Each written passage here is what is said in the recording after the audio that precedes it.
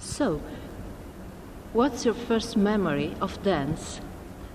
My first memory of dance is dancing in the third line of a folklore dance group of children in a very small village in Israel, trying to understand where to go and what to do.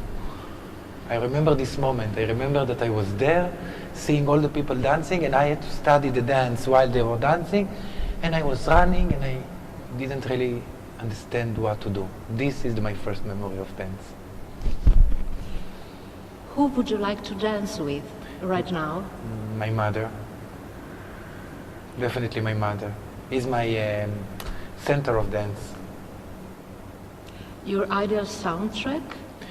The soundtrack of life, which means all the sounds that are coming from the real life. This is my soundtrack. What's dance for you? Total physical response.